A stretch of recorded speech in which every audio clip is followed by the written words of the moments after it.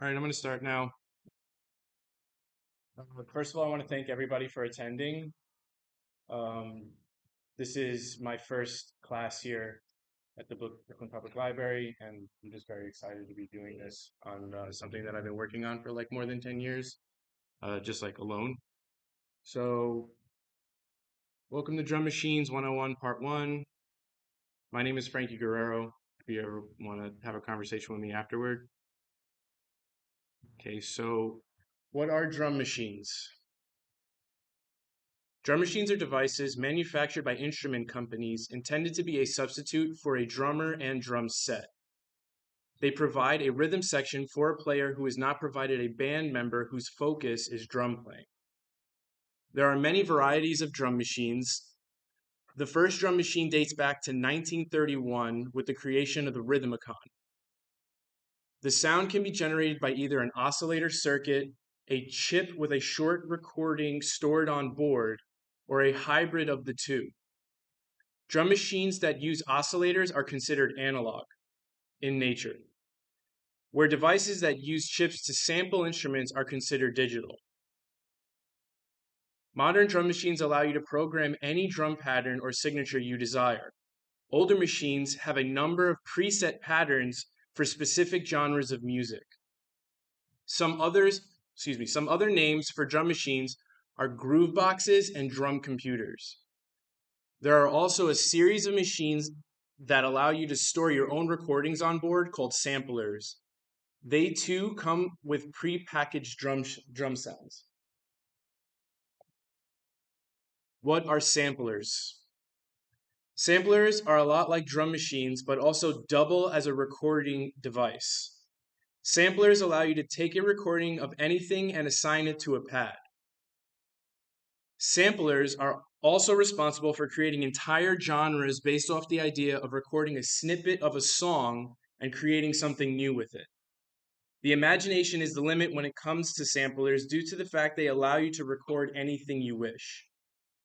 On older devices, the storage capacity was very limited. The EMU SP12000 had a limit of 10 seconds and stored everything on floppy disks. The Akai MPC60 had a limit of 13 seconds, which could be expanded to 26 seconds with a number of instruments on separate floppy disks. So basically, if you had a series of floppy disks that were dedicated to the Akai MPC60, you can actually change the instruments on board.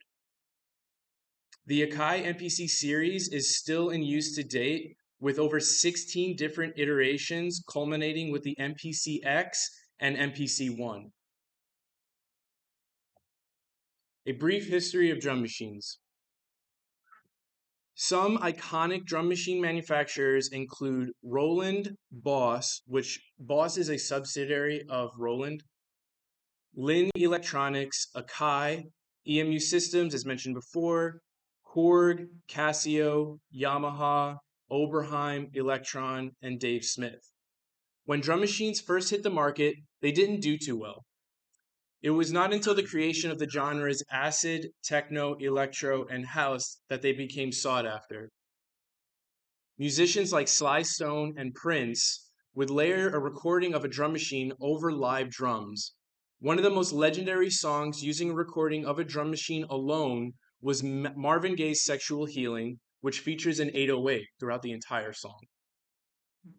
The very first drum machines, like the CR78 to the right in this photo here, used to accompany organ players, were used to accompany organ players like Antonio Carlos Jobim.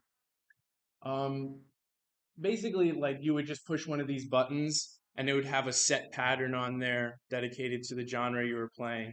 And then you could also mix and match by pushing more than one button at a time. These are very rare, very hard to find. They were like made in the 70s. Very, very, very cool. Sample-based digital drum machines became coveted by the early 80s. This is the reason why some of the most popular drum machines today were discontinued after only a few years commercially available and are very rare to find.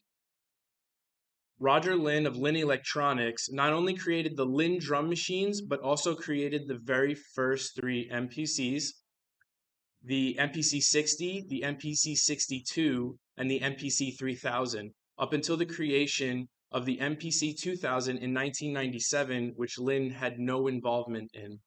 Lynn also collaborated with Dave Smith in 2011 to create the Tempest. Yes. Music program computer, something like that. It's music computer. It's basically like that.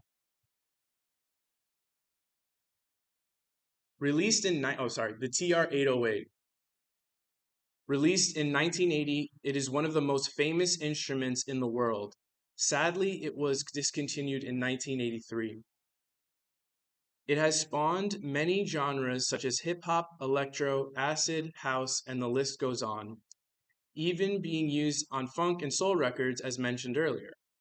It is most commonly used today for trap and techno.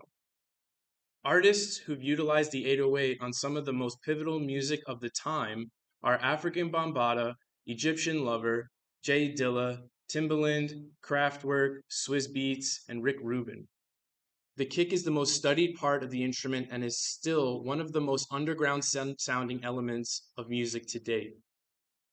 If the instrument isn't being used itself, a sample dedicated to mimicking its presence can be found in almost every sample pack dedicated to modern music.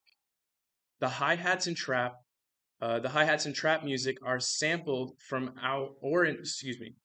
the hi-hats and trap music are sampled from or inspired by this device, which they are then rolled, pitch bent, and modulated in many different ways. And I have like a number of audio clips to each corresponding slide that I made with my own MPC at home so that I can like explain exactly what some of these sounds are.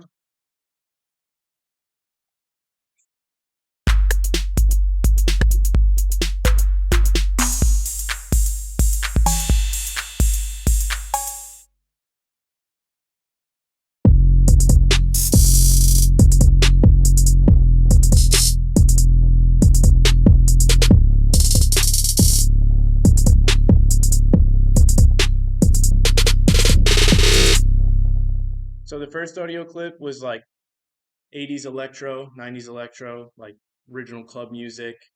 Then the second audio clip is trap music, and it's an amalgamation of using the 808s for the rhythm section and then recording an 808 and using like the 808 kick itself and using that kick as a bass line over that rhythm section. So if you just, yeah.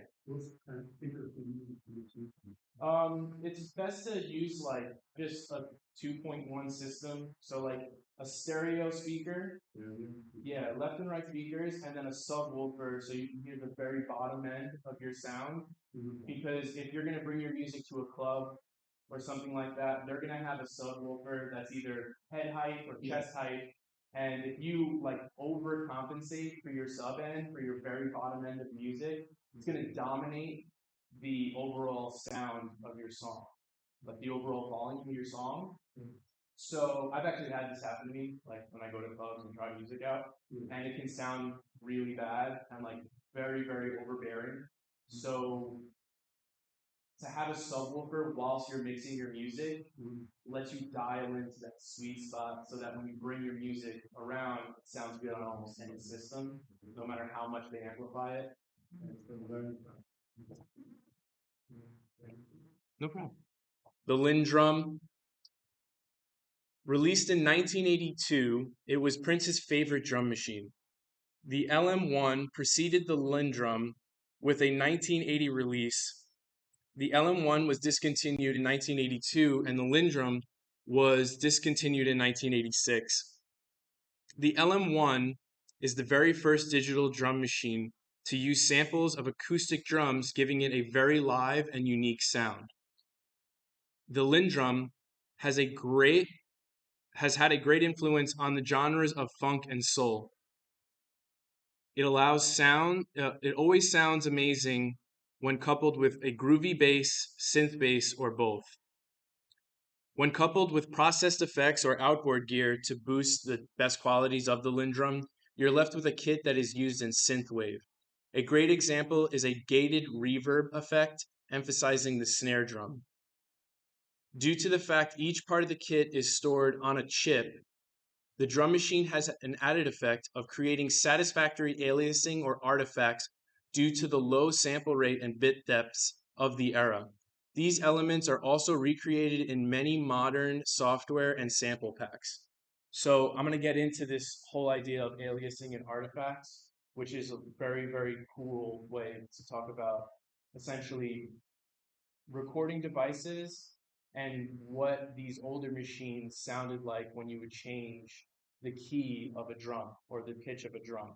When you would lower the pitch, it actually stretches out the recording, and there's an effect that corresponds with that. Okay.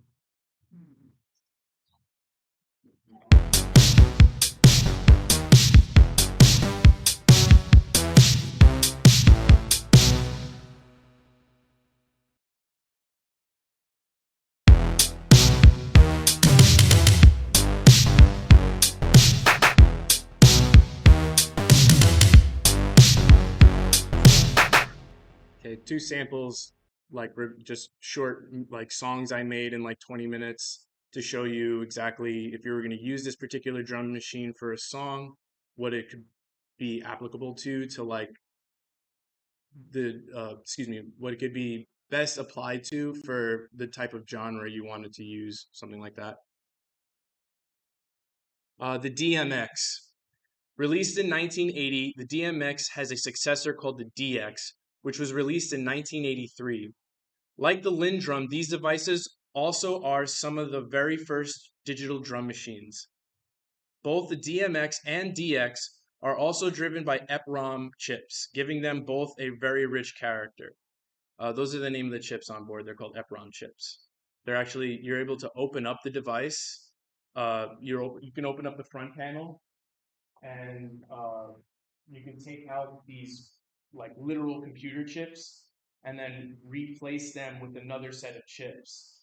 And then it also allows you to take recordings that you yourself have created, placed on these EPROM chips, and then place them into the device so you can create a unique version of this drum machine. And certain like music studios would do this, and you would already have it prepared for you when you would walk in through the door.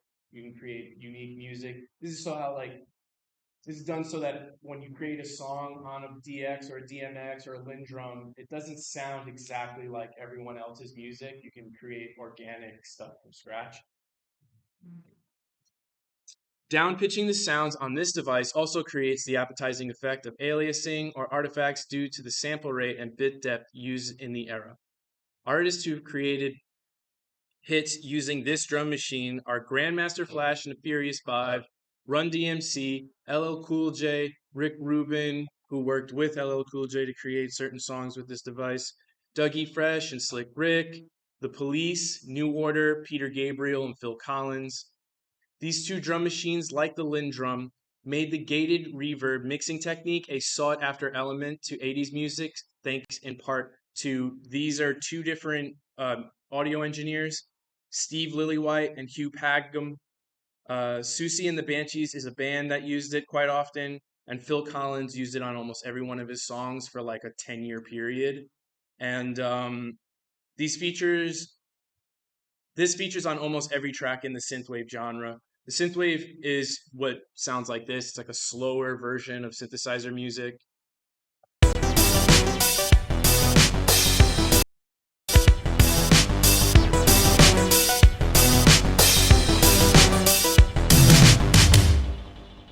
And those last two sounds were the sounds of a gated reverb. So you would route the snare into a reverb of some type, doesn't matter what kind. Reverbs basically multiply your sound by like the power of a millionth instead of using it's like an echo but multiplied millions of times. And you can create like chambers, like different rooms and stuff. And then you would have a gate, which it is what it sounds like. So it opens and closes an audio gate at a threshold. So your volume will pass a certain threshold, the gate opens, and then when it dips below that threshold, it closes. So it creates a really sharp effect that you layer over your sound. And here's this other audio clip.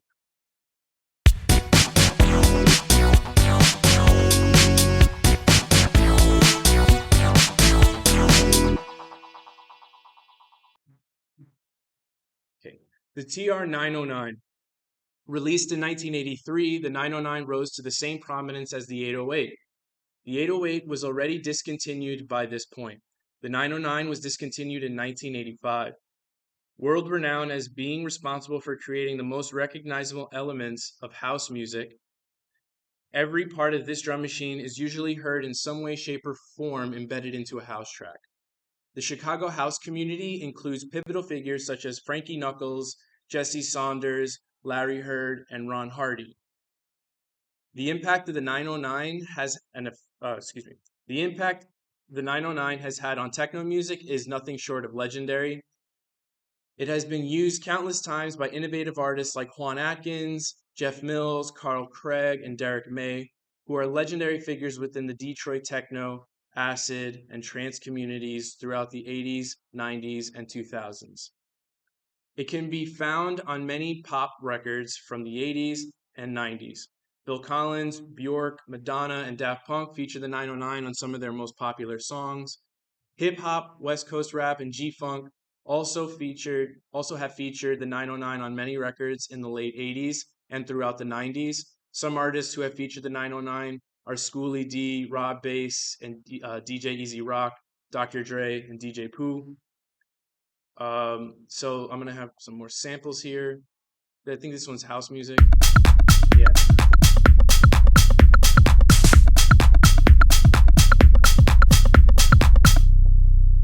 And this is what techno and the genre acid sounds more like. It's a very underground club scene.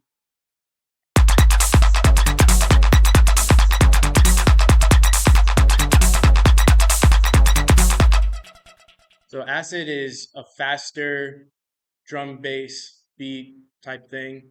It's usually using synthesizers that are dedicated to that genre as well, because acid you can't do without another particular Roland model called a 303, which was a bassline synthesizer dedicated to trying to recreate the sounds of a bass guitar, but it sounded nothing like a bass guitar, and they didn't necessarily know what to do with it in like until like maybe like 1985, something like that. And then they figured out like this sounds really good when coupled with another electronic drum machine and basically used as more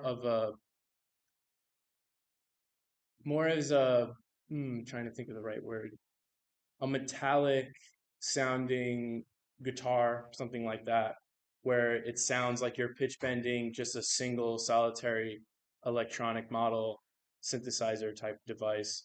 Um, I always think of it as like manipulating between 2 points an electric arc. That's how I think of it. And when you start changing the voltages and running the current differently through these 2 points, it actually it creates different pitches and different timbres, tones, stuff like that. It's all about harmonics with the 303. Okay, the front panel layout.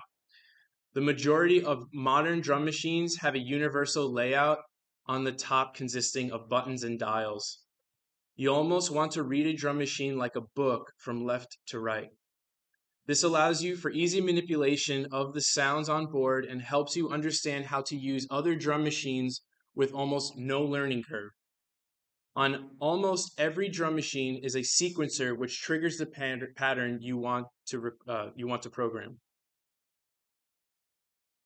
The envelope generator. The envelope generator is what allows you to manipulate the specific parts of each drum. Most machines possess a knob or fader dedicated to the length, tone, and volume of a specific part. Depending on the age of a drum machine, these knobs can vary, just basically varying in the sense that there's more than one or two. The ones in the 80s, as you can see in the 808, I'll go back. So the 808 will have like 1 or 3 knobs dedicated to each specific drum. And when the ability to manipulate these particular drum machines became more expansive, they allowed you to have 4, 5 change pitch of each, like the key of each drum, something like that. Depending on the age of the drum, decay, which is the length of that particular sound, tone, which changes the harmonics of the given sound, which can make it sound sharper or deeper. Tuning actually changes the pitch or key of the specific sound. Level adjusts the volume of the drum. Attack, some machines allow you to adjust when a drum begins to start its envelope. Snap is a way to adjust how sharp the specific sound the knob is dedicated to will be. Flam is a rudiment, trill, or roll to a snare. It simulates the stick bouncing off the skin of the snare. This allows you to create grace or ghost notes in a pattern. So when you see a drummer playing a snare, the stick's bouncing off the drum. The way you can do that with like a 909 is to trigger a flam, and you do that within the step sequencer. And there's a certain like command, so you hold like shift or something like that, and you click the pattern you want, and then basically you turn up the flam knob, and that allows you to create that flam sound. If you turn it down, then there's no flam and there's no bouncing of the stick or anything like that. It's just one snare hit, whereas it could be like multiple snare hits at a time. Navigating a drum computer. Drum machines may only have buttons on the front panel to manipulate everything on board. The manufacturer will expect you to learn how to navigate an onboard computer that will have a collection of settings which allow you to program the machine as you see fit. There will be a number of dedicated buttons to navigate the global settings and a group of arrow buttons that would allow you to change the values expressed in numeric form. Some drum machines will possess a number pad which will help you type in the desired value. Most drum computers allow you to assign the drum you want for the specific pad you wish to play. Pads are buttons which allow you to play specific instruments in patterns with the different record modes. In order to dive deeper into the user interface of drum computers, understanding multiple key commands or keyboard shortcuts is vital. There is usually an indication of this ability in the way the front panel layout has been designed artistically. So that's just saying basically throughout here, this is the artistic layout of the device, and there's ways that they allow you to basically apply the different commands that are deeper in this type of like the firmware on board, because there's software that runs this in order to navigate like deeper settings pages and stuff. You basically hold down a button, push this button, stuff like that, and they let you know about like little boxes like this and stuff. And it's also always dedicated into a manual, stuff like that, dictated into a manual. But once you get that down, you pretty much could use any particular drum machine you want on the planet. The kick drum. A kick is the part of the drum set that is the bottom-most part of the kit. It is responsible for keeping the beat.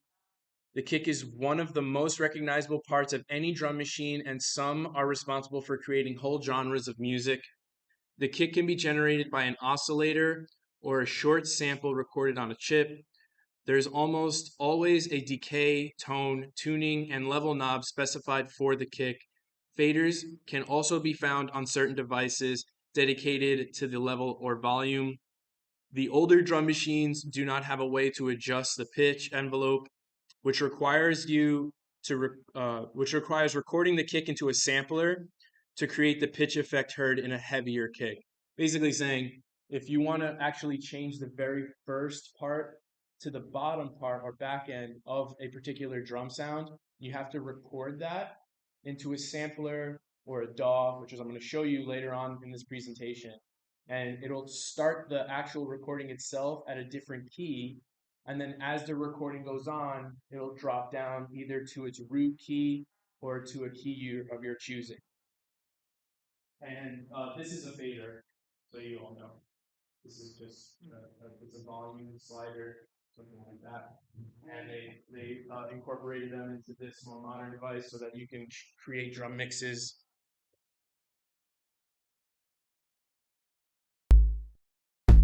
These are 808 kicks. That last one that sounded really sharp and loud is the type of kick that I'm talking about, and that last one too.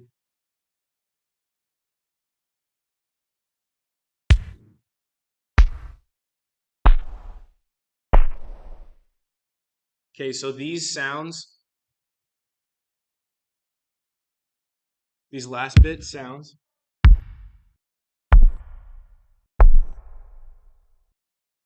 I'm gonna play them again. These are Lindrum and DX drum kick drums.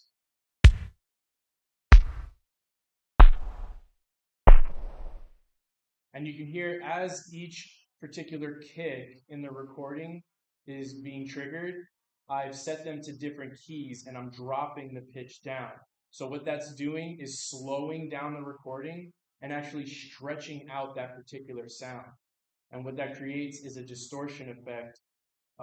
You hear more parts of the kick that are normally in a tighter area when you're hearing the recording.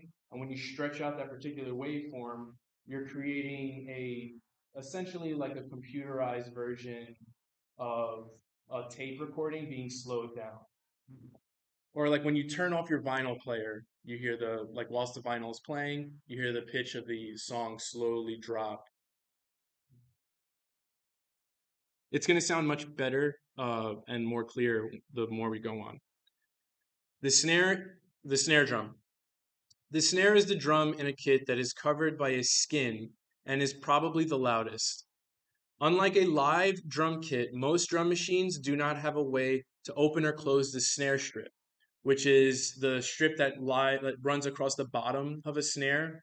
And if you have it open, it actually creates more of a conga drum. And if you have it closed, it's the snare that we all know, that marching band snare is, super loud. The snare, like the kick, is one of the most distinguishable parts of any drum machine. A snare can be an oscillator or a sample recording from a chip. The majority of drum machines have samples to give the snare a more lively, less electronic sound.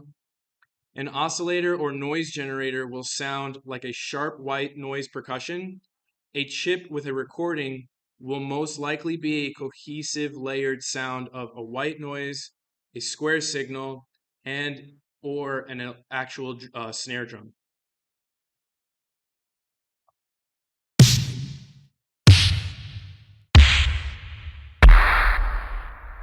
So there you can really hear, how the pitch drops will change a particular sound from one of these particular drum machines.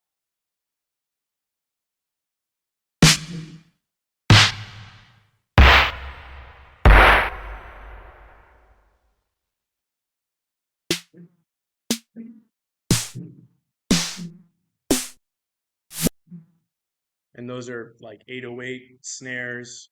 They're actually derived from oscillators. And oscillators are what I explained before.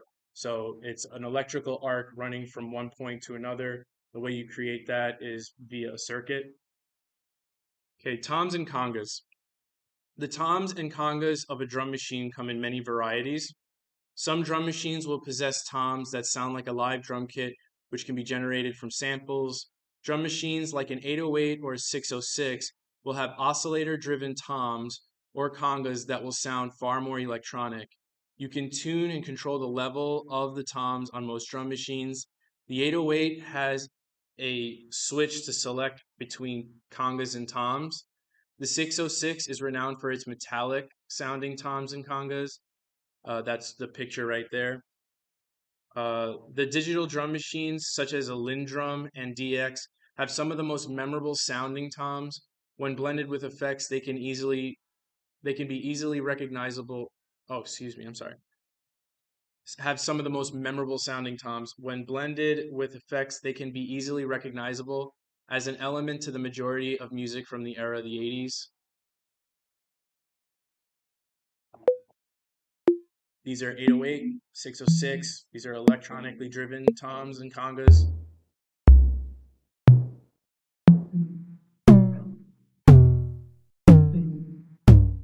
Those are 909 toms.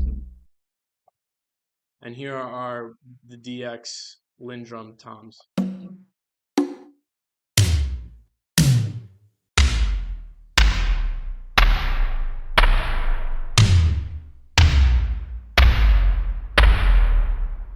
And I'm down pitching those particular toms. Yeah.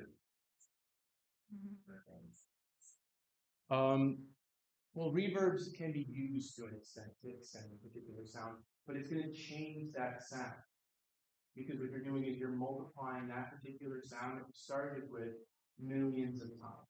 So a reverb is just a way to simulate a chamber. Okay. Yeah, so like this room has a reverb because the sound of my voice is reflecting off the wall millions of times. So instead of having a steady echo, a reverb sounds like this, and it sounds like a blending of millions of echoes.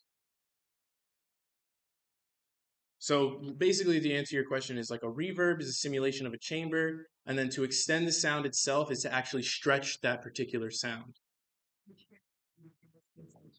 Yeah, well, you can do it in many different ways, but these particular devices, since they're digital and they run on a chip, the sounds are being derived from a chip. When you extend particular sounds, they create a degradation. There's a because the sample rate is much lower, yeah, it deteriorates over time. Hi-hats, crashes, crash cymbal, and ride. Hi-hats, crashes, and rides come in many different forms on drum machines. They can be in oscillator form, noise generators, or sample form. Noise generators are similar to oscillators but don't generate a sine, square, or triangle waveform. They generate a random shape which sounds like the signal from a CRT TV. If you remember those old TVs, um, they're out of circulation now, but when you would just have the TV on and not on a particular channel, what you would get is the white noise fuzz, and it would sound like. So noise generators use that particular type of sound. The hi-hats, crashes, and rides are also some of the most distinguishable parts of a drum machine. For example, the hi-hats and ride on a 909 are responsible for the majority of house and techno. Hi-hats can really decide the genre of your music along with the pattern.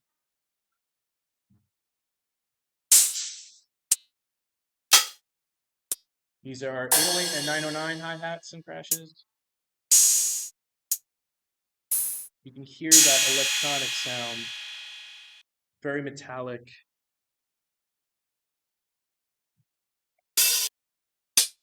And these are Wind Drum and DX.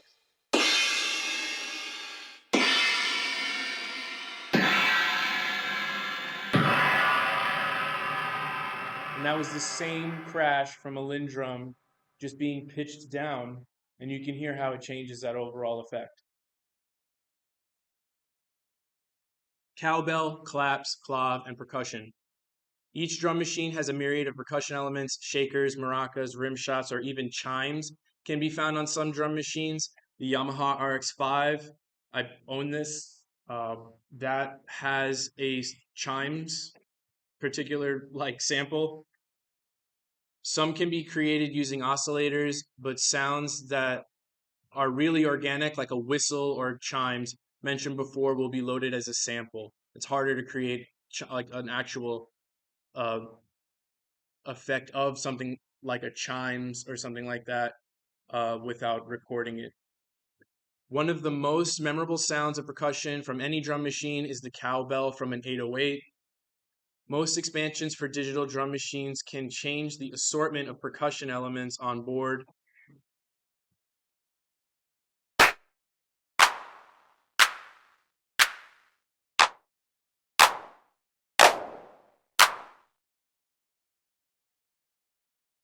Those are all claps from 808s and 909s.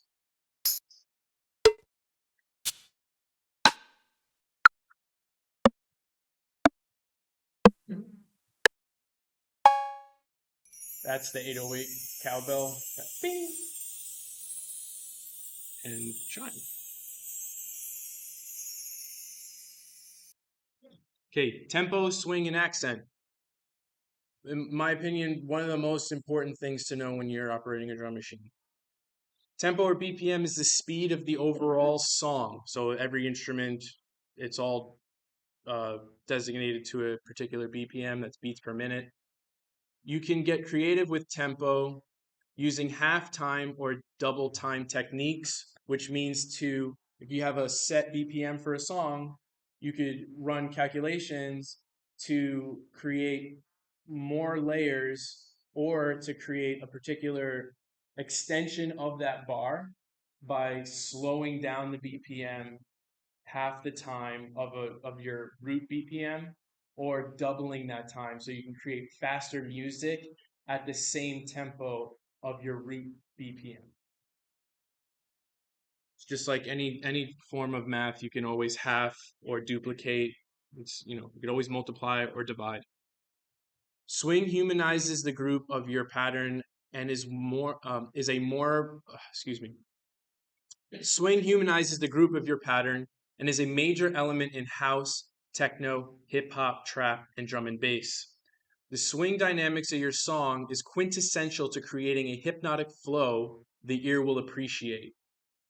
Accent modulates the velocity of the specific step specified. It is reminiscent to creating polyrhythms with a drum line. So accents can be a global setting or a setting dedicated to a specific part of a drum machine. So basically, accents are just, like I said before, they're a polyrhythm. So it's when a drummer is playing with two sticks and they choose to basically accentuate a particular sound, a particular beat in that pattern that they're playing. The step sequencer, and that's the Roger Lynn, Dave Smith Tempest. The overwhelming majority of step sequencers have 16 steps. This means you have 16 notes or beats for a given bar, which separates the beats into 4 sections of notes. You can program patterns by selecting the specific instrument and choosing how many times the instrument is triggered by engaging the specific step you desire. There are multiple recording formats available as well. A drum machine can be set to record and loop, A drum machine can be set to record and loop what specific pad or pads you play over the 16 steps. You can also overdub and record to add or delete any steps. Certain devices have an option called song mode, which allows you to program far beyond just 16 steps. As far back as 1980, it was possible to create entire songs using multiple sections of 16-step sequences. This allowed you to program whole entire songs on a single device. If you are interested in making 4-to-the-floor music like house or techno, it will be smart to memorize this series of numbers to make things go faster. 1, 5, 9, and 13. And that's just going to be where your kick drum is placed. So your kick drum always starts on the 1, and then you have your hi-hats on the downbeats. Okay, the I/O, or inputs, outputs, and MIDI. I have 2 pictures. This is an RX-5 and the 909, and they show you how extensive the outputs used to be in the past, and this is how they are now. There's only 4, maybe. They still have the in and out, but you only have an out mix. You have inputs, so this doesn't even count for the outs. And then you have 2 extra assignable outs. So you can assign those 2 outs, whereas the original devices, they can, you can have every single particular instrument dedicated to an output. I'm about to repeat that. Okay, this is where older machines like the 808, 909, DMX, and Lindrum have an advantage over their modern counterparts. The individual outputs on the back of those 4 machines and others like them create an enormous amount of possibilities when mixing. The vast majority of drum machines have stereo quarter-inch connectors applicable to standard guitar cables. The ability to record each drum of a drum machine separately allows you to process or add effects to every part of that kit. This can be a game changer. For example, the TR-8, which you have on the stand before you, was released in 2014 and has a set of stereo outs, but only 2 extra assignable outs. The TR-8S, which is the upgraded version released in 2018, Also has a set of stereo outs. So stereo meaning like the whole drum machine is coming out of those two outs. But only 6 assignable outputs. This denies you the possibility of routing one specific instrument into a mixer and creating an aux mix for a desired effect like feedback, which bodes well, especially in a live setting. Basically saying like you could route one of those particular outs, like let's say you just your hi-hat, and you route that back into the mixer.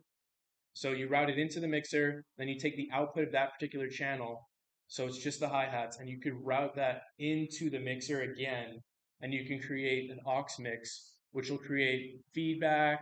You could place any type of chorus or whatever on that, and you can create really, really organic, weird sounds. And this is also done quite a bit in a live setting where somebody will have an entire DJ set or something played, and all by these devices. So in order to create things that you wouldn't be able to create on this particular device, you could use a mixer. And normally they would use the original devices from the 80s. The other connectors on the back are 5-pin DIN MIDI inputs, outputs, and throughputs. They are sending and receiving system messages like clock or tempo. You can also transfer MIDI note messages to trigger the the drums on a drum machine. If you prefer to program your sequences on a separate sequencer, a DAW, or run the sequence of another instrument into the MIDI in of the drum machine. A throughput allows for the daisy chaining of devices. Most drum machines made in the 80s have specific pages in the settings dedicated to sending and receiving these messages. Where MIDI system messages send information to the entire device, MIDI channel messages send information through a series of 16 channels. This allows for the connectivity of multiple devices playing their specific part by setting each device to a specific channel. Like on the Oberheim DX, each of these are separated into 16 channels for receiving and sending messages. Most drum machines will use settings page 10 for receiving MIDI, but the DX uses page 7. Be aware of this if you ever have the opportunity to use a drum machine from this era. The setting may vary between each device. Since the DX doesn't have a throughput, the MIDI out can send MIDI messages from the input to the output. This too is another feature to look for when operating a similar device. So MIDI is a way for you to connect. If I had two of these, or if I had a synthesizer, sequencer, anything like that, MIDI allows you to connect the tempo, just all the information that you can send from one device to the next, all out of a computer into Eden or into another device, something like that. And there's no throughput on this. So this output has the same idea of you can send the MIDI that you're getting in into this out, because normally this is an out for this just particular device. So if you have MIDI being sent in from another device, you can use the MIDI from this device and send it out via this channel if this one's not being used, or if you just want to mix everything up, put it all together, and just see what happens. There's usually a third one here, and it'll say MIDI through, it'll say THRU. And that allows you to you can have everything separate from the in and out, and then connect multiple devices. That's what daisy chaining is.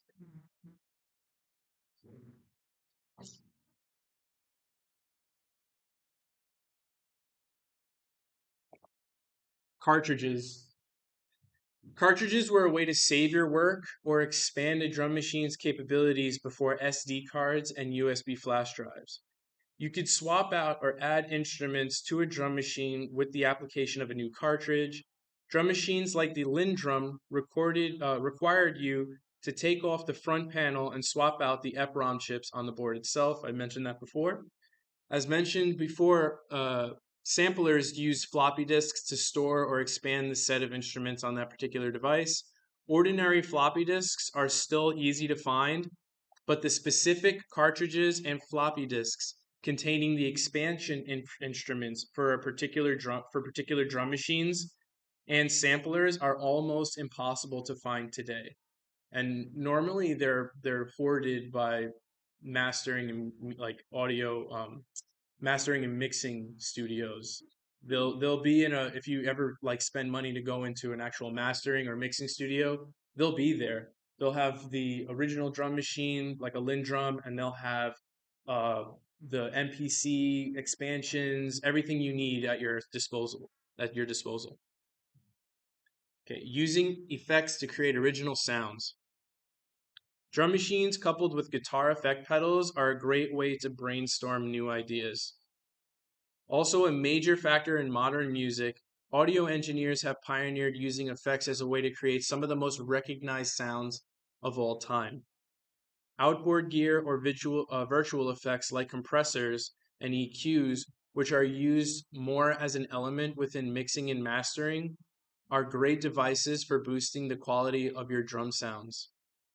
One example is cutting the bottom end out of every sound besides the kick, which creates a clear avenue for the bass end of the kick to be heard. Other effects like distortion, overdrive, chorus, phaser, flanger, reverbs, or delays in combination or alone are a great way to explore a new area of creation. It is massive fun to see where a guitar pedal and drum machine can bring you on your journey, in my opinion. There is usually a specific order to how guitar pedals are used, but I found mixing up that order can be a wonderful way to discover something new. And I have, these are, yeah, these are all 808s run through distortion or delay.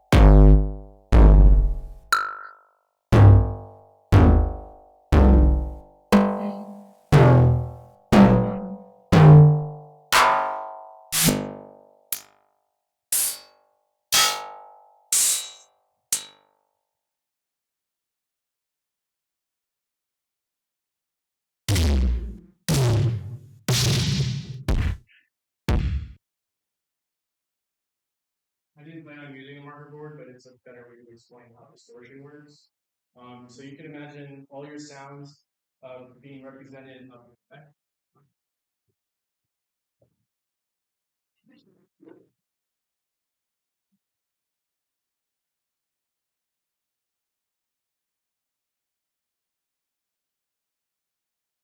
Okay, so you can imagine all your sound being represented as a sine wave, sinusoidal wave, using geometry a lot. So it would be running through essentially a channel. You can imagine a channel at a particular height of the ceiling. When you run this particular sound into a channel, it can be perfectly placed, but if you amplitude, if you create different amplitude and extend the height of this waveform and run it through the same channel, you'll create a different effect. So what happens here is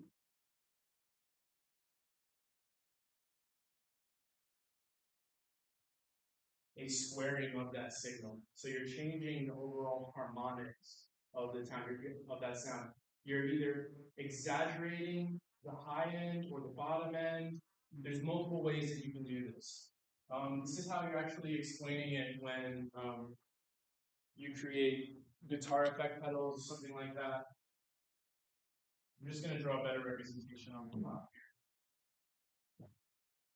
So this is your sound being run through a channel, and you're going to amplify this wavelength, and you're going to create the squaring effect, where the rising and falling edges more or less stay the same, but since there's a ceiling, you've changed the geometry of your waveform. So this sounds very smooth when it's by itself. Then you run it through a distortion pedal or something, and then you're creating a squared off effect. Distortion is what it sounds like. It's you're actually distorting that particular signal and creating forms of degradation and amplifying that. So it's the same thing as when you're like your TV signal gets distorted or something like that. You're using something that's losing parts of itself, and then you're amplifying it. Okay, this is the final slide, and then I'm going to move on. Creating a drum program in a DAW. I'm going to actually explain this to you. A DAW, or a digital audio workstation, is a computer program dedicated to simulating a recording studio. Here is where you can dive deeper into a drum kit by adding layers and effects to whole kits or specific parts of a kit. Mixing and matching particular sounds for different drum machines is always a great idea. Some records have used this technique to create some of the most popular music to date. The possibilities are endless when using a DAW to create rhythm tracks due to the fact DAWs can duplicate or layer almost an infinite amount of times.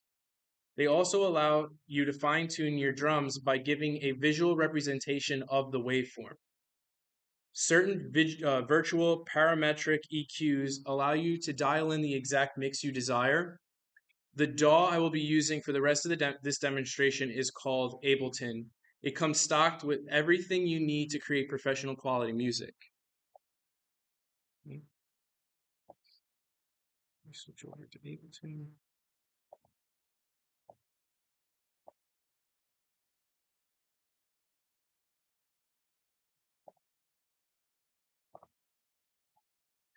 Just give me 2 seconds.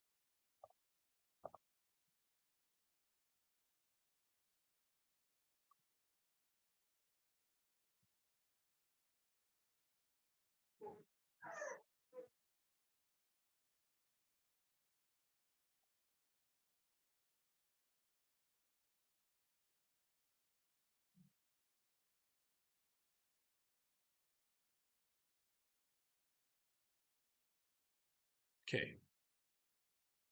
So I'm going to show you how to create. I have a drum rack here. A drum rack is the drum program in Ableton. So I'm going to show you how to, and this would actually be like over here, it's like a lot of boxes, but what this is actually is a piano roll. So it's laying out every single particular sample over a piano.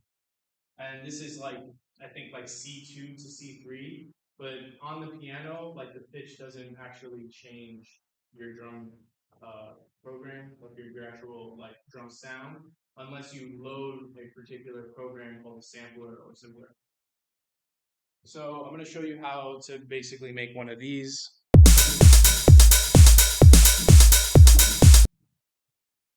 So what you would want to do, most DAWs are all the same. They have drum programs, but they're all designated different names. So you just have to be aware of what exactly they're using to identify a drum program. So what I did was I loaded that onto a MIDI track. That track is designated for programs, not audio, because you can do this and create audio tracks, and that's to actually record. As you can see, I think my voice is being recorded. That's just for audio, just recording a mixer or something like that. So onto a MIDI track, you load a drum program. Then what you'll do is you'll type into the library here, and you'll see where that says samples, right? Samples, in this case, to create a drum program, you want something called one-shots, not loops or anything like that. One-shots are very short recordings of each and every drum on a particular drum machine. So music engineers, they'll take the time to send out sample packs. In this case, Ableton. There's a free version of this software. It'll still come with default drum sounds recorded into Ableton as small snippets and separated so that you can create your own drum programs. So I think I put, so I'll click samples. You'll see I have a long list here.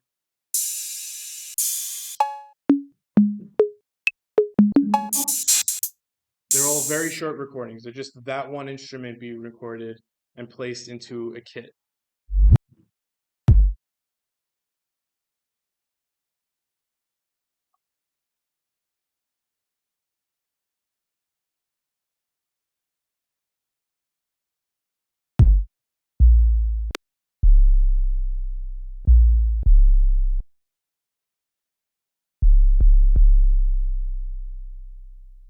Okay, so I'm just going to take the time to make sure it's all in the same order.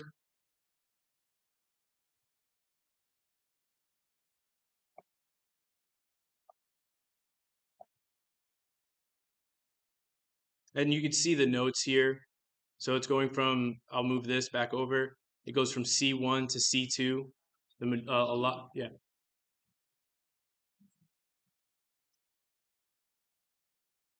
So the way you do this, let me highlight this. The way you create music in a DAW is to use these particular clips. So this is a MIDI clip. Yeah, right. So this is your essentially like your 16 bar sequence, and this changes when you use a drum rack. But when you don't use a drum rack, it's actually going to be in a piano roll form, and it's going to be in notes. It stays the same way if you use a keyboard. So this is from C1 to C2 on a keyboard. But it actually helps you out in the software when you load samples onto a drum rack and designates each particular note as the sample. So you don't have to really think about it as playing notes when you're just using your computer. Okay.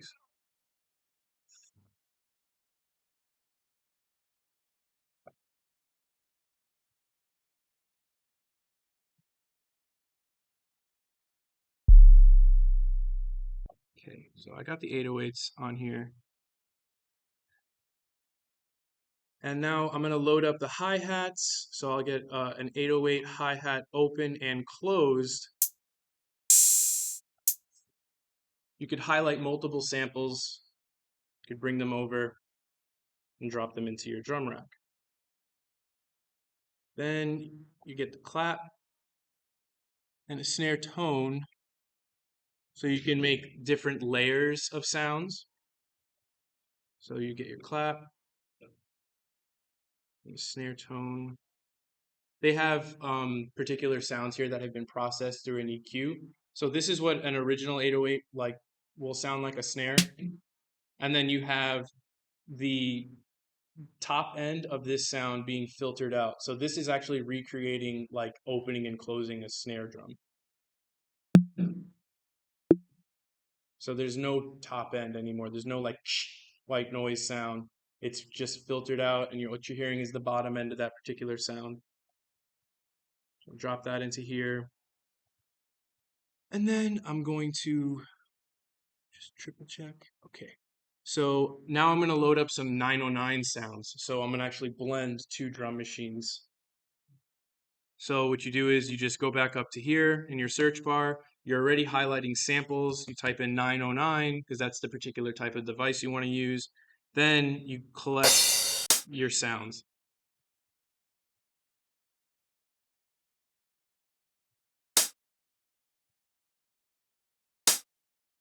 I don't know what's going on here. Okay.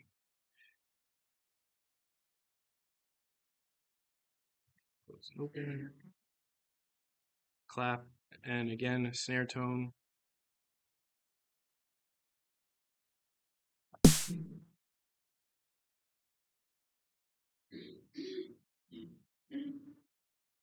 And then your kicks. So there's the sub long. So this is basically a sampled 909 kick with the decay all the way open. So you have the longest recording possible, and you can choose your particular length, which will correspond like to what I mentioned before. If you're going to bring your music to a club where it's going to be amplified literally a million times, the length of your kick will be like so audible by that system that it'll dominate your entire mix. So you want to shorten the length of your kick, but never like make it difficult for you to create music in a way that it could be a shortcoming to record everything short already, no pun intended. But you could, if you recorded everything short as a one-shot sample, you can lose the ability to create particular drum beats that you'd like.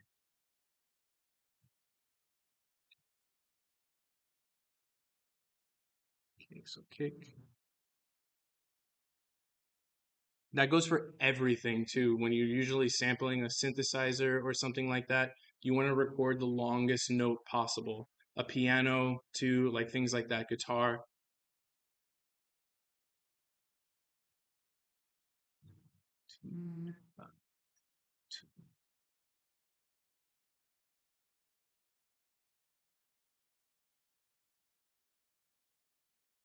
And then a ride. Okay, it's a ride symbol. And I'm just gonna mute the exact.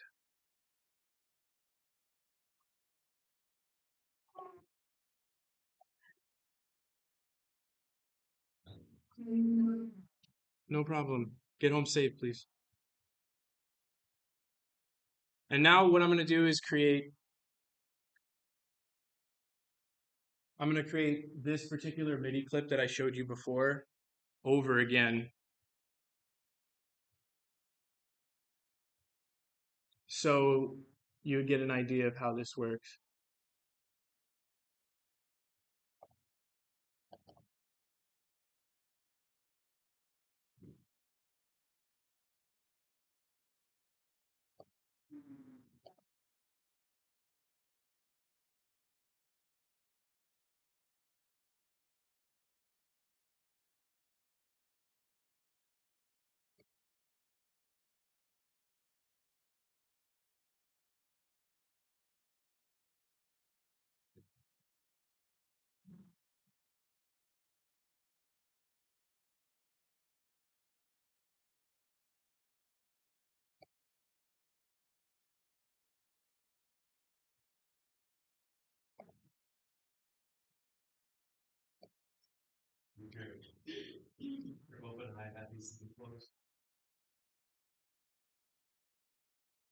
No, I'm using that particular. Oh yeah, I see what you mean.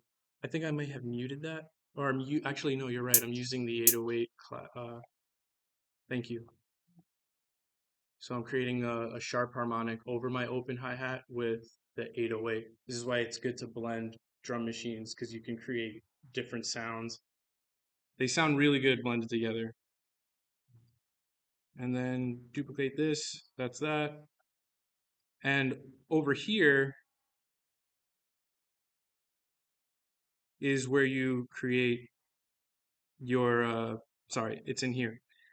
This is where you create your swing. So I'm going to select groove in this particular area here, and I have a number of grooves loaded into this, and I'm using this particular one. So now my notes will play in a particular groove pattern. Turn this off, turn this on.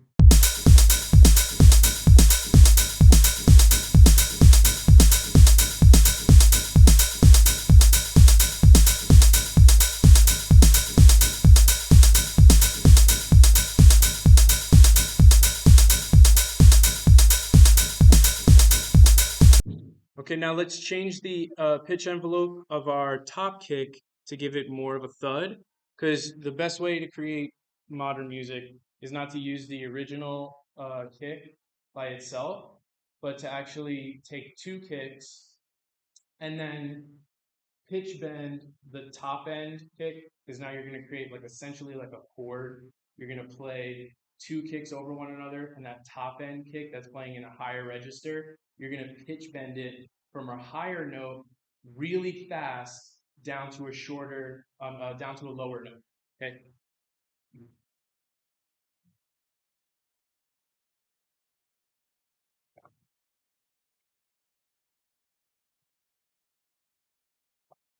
Okay. So these are the two kicks playing.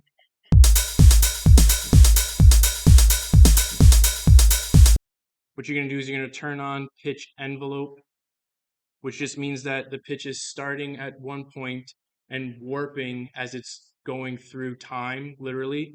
And this is the particular length of time. So within 600 milliseconds, this is going to start from here to here. You change, essentially on your piano roll, represented that way, you change the actual the key you're in over a particular amount of time. So I'll do it as it goes.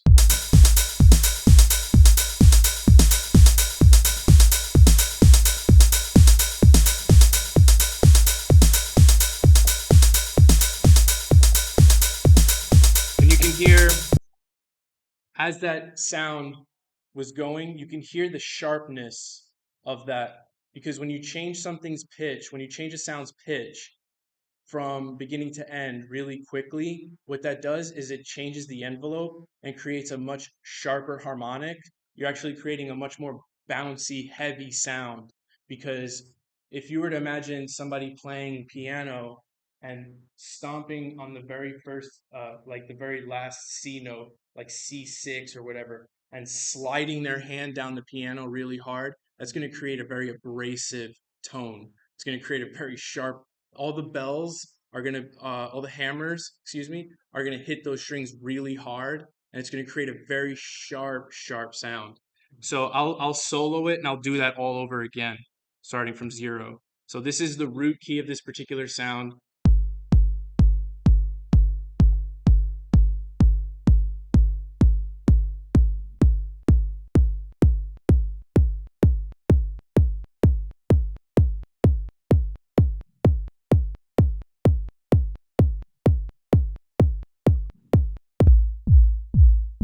This is the bottom end. I'm going to mute everything.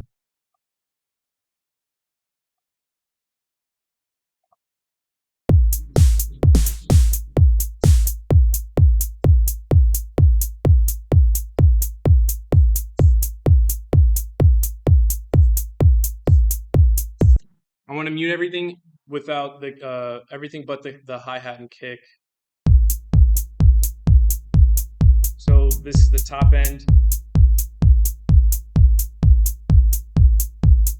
This is your bottom end.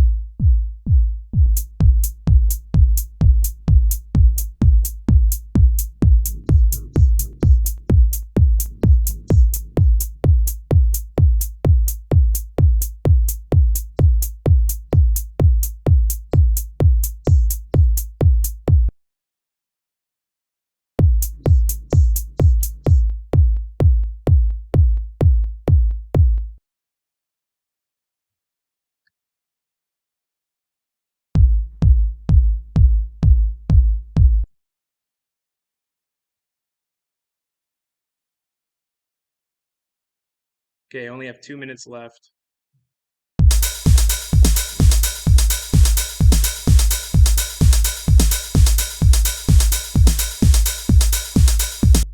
The final thing I'm going to do is actually extend the amount of time that pitch bending happens, so you get a good idea of how fast it is in order to create that particular type of envelope. So that's our sound.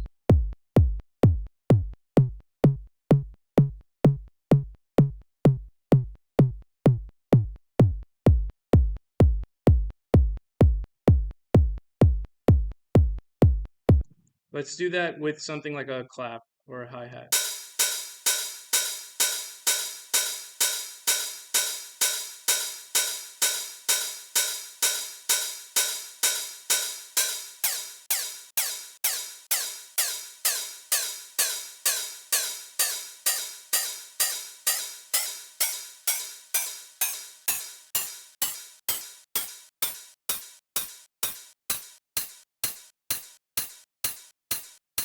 Let's do it with a ride. The longest recording we have. And I have to program these hits. Give me a second.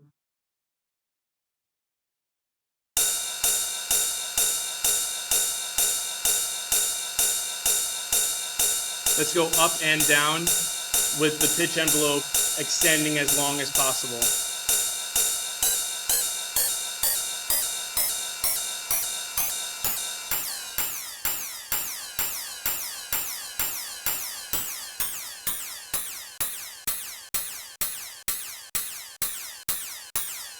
I'm going to go down now.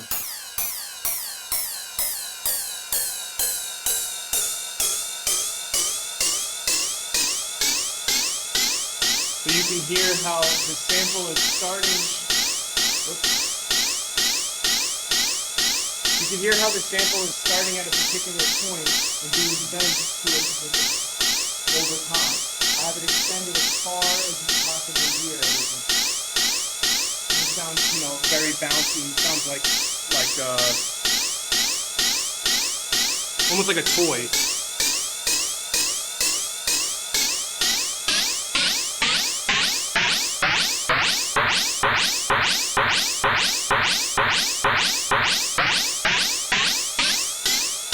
And if you go back to 0, it sets it to default.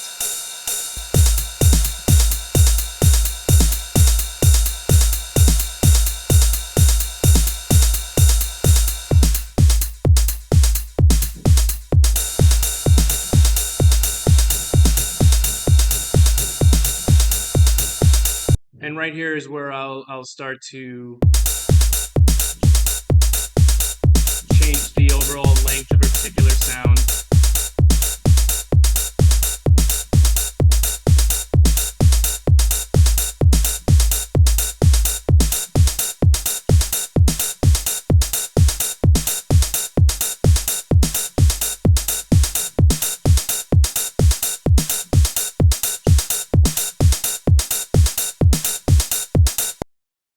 And I think I have just one last thing to show you, is to change the swing pattern.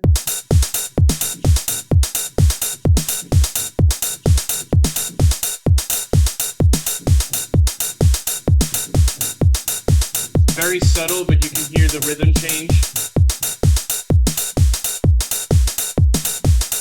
You can hear that the downbeat is being exaggerated.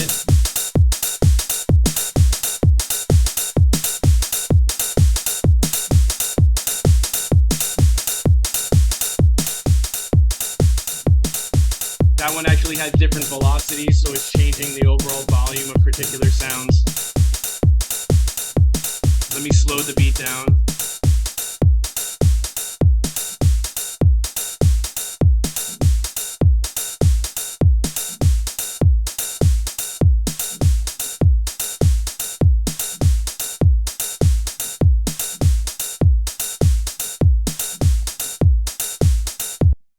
I'm going to undo everything I did,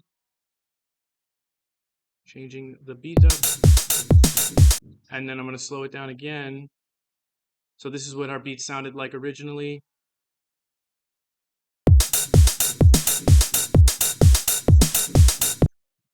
And now this is what it's going to sound like with a different swing beat. I'm going to try to choose the most drastic one.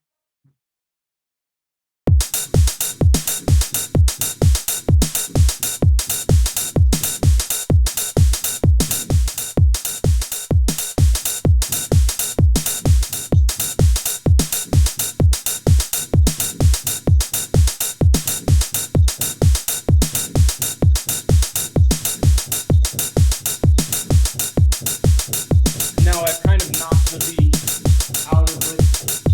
So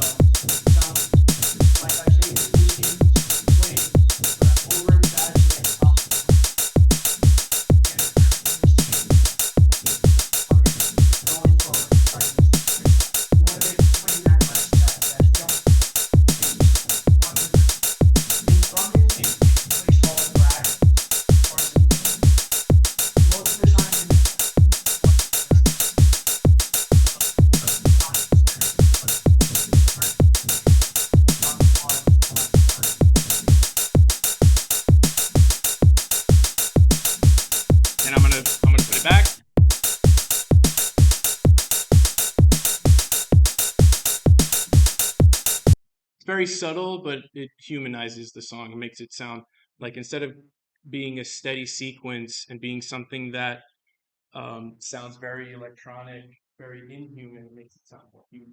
Like it makes it sound like the drummer is actually a drum kit.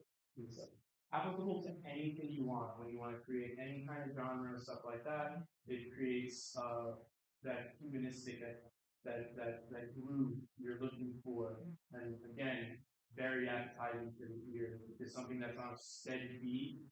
It sounds very boring over time. It's something that sounds like it's got flow to it, groove to it.